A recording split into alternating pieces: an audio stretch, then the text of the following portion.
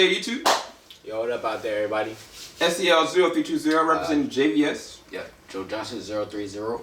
And we are back for a spoiler-filled review for episode 14, episode 6 of The Walking Dead. Just gonna let y'all know, small disclaimer, we did not give this episode a good rating. Probably this is the lowest rating of Walking Dead episode I've given in a long time. Yeah. We're gonna go into the reasons why. We're really short and to the point because we got a live stream we got to do really soon. The name of the episode was Twice as Far. Basically, the synopsis reads: two separate groups leave Alexandria for supplies, and while both worry over the future of the community, they will face immediate danger.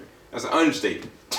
One. The thing was that I didn't like about this episode, personally, is there's so many gaps. Like, you got Eugene and Abraham. They're going off randomly to go and try to find a location to get bullets created.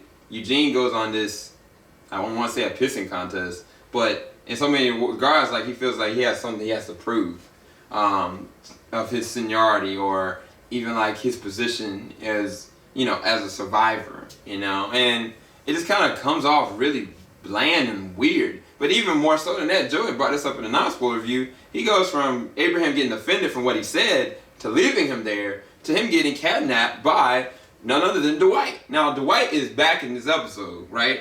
But in the comic books, Dwight's face is burnt, right? The last time we saw Dwight, he got away from Negan and Negan's group because of Daryl. He took Daryl's crossbow. How did he get his face burnt?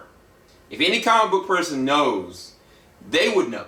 But anybody else would not know. There's no backstory understanding of this person. And just that, not just that, this is not a good introduction of a character that's supposed to last with the series later on. Like, this person is still in flux in the comic books anyway. But at a certain point, Dwight has Eugene kidnapped. And it's like, how did that happen? Where did that even come from? You know what I'm saying? It was just so weird. And the same exact thing happened with Denise. It's like Denise felt as though she had something she had to prove too. And it's like, I can understand for an episode one person doing that.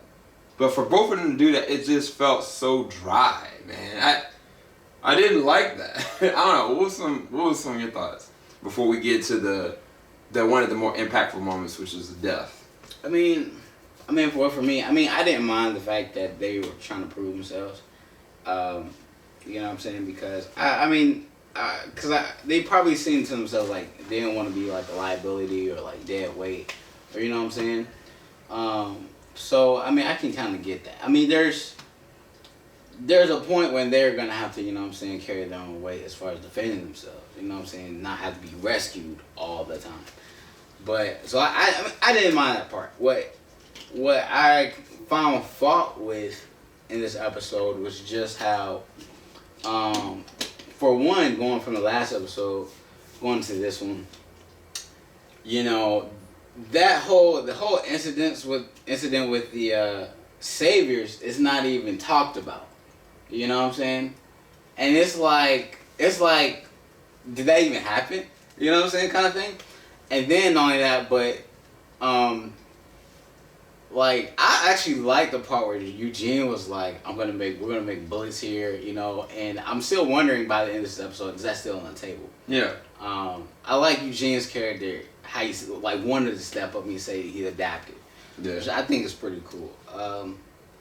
But one thing I didn't like you mentioned, was the fact that he did get kidnapped, and you don't know how. It's just out the blue. It's like, did I miss some of the episode? Like, is there pieces that we literally missed? Like, and you think about like the time it would take Dwight's character to one, kidnap Eugene, and then rally his group, then stumble across those guys. It's like, you know what I'm saying? Like, and for one thing as well, from the introductory sequence, right, where it's showing that clip like back and forth. Yeah, what was that about? And then it jumps to Eugene and Abraham walking in the alley and talking. Yeah. So it's a huge gap between those two scenes. And it's like, there's a lot of gaps that's not coherent. Yeah, the beginning, I didn't understand. I'm assuming, you know, that loop was basically another day, and another day, and another day. Because the only reason why I say that is because of the amount of cigarettes I saw in the ashtray.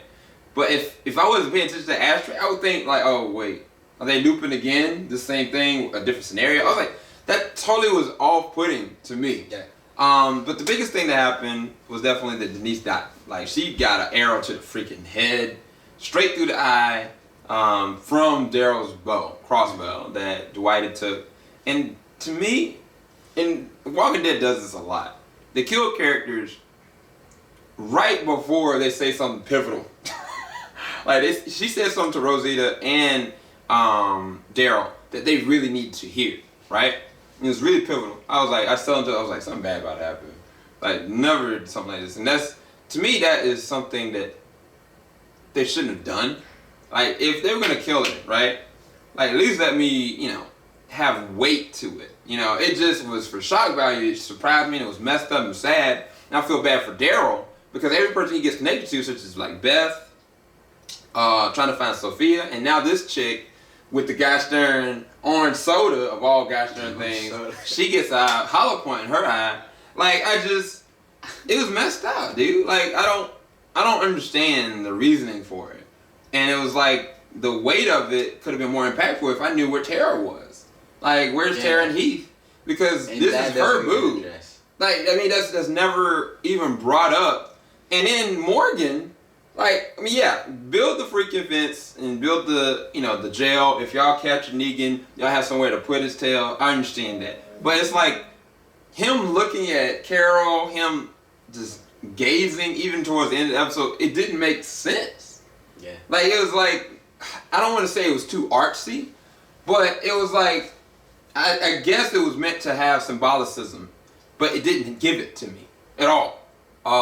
It just kind of felt disjointed, and it's sad because it's my birthday, bro. I wanted to have the hotness. I gave this episode a 7 out of 10 graciously, and I think you gave it a 6. Gave it a 6. I just hope they step it up, man. I haven't seen the preview for the next episode, but I don't know. I didn't like this episode. I should give it a 5. You got any further thoughts?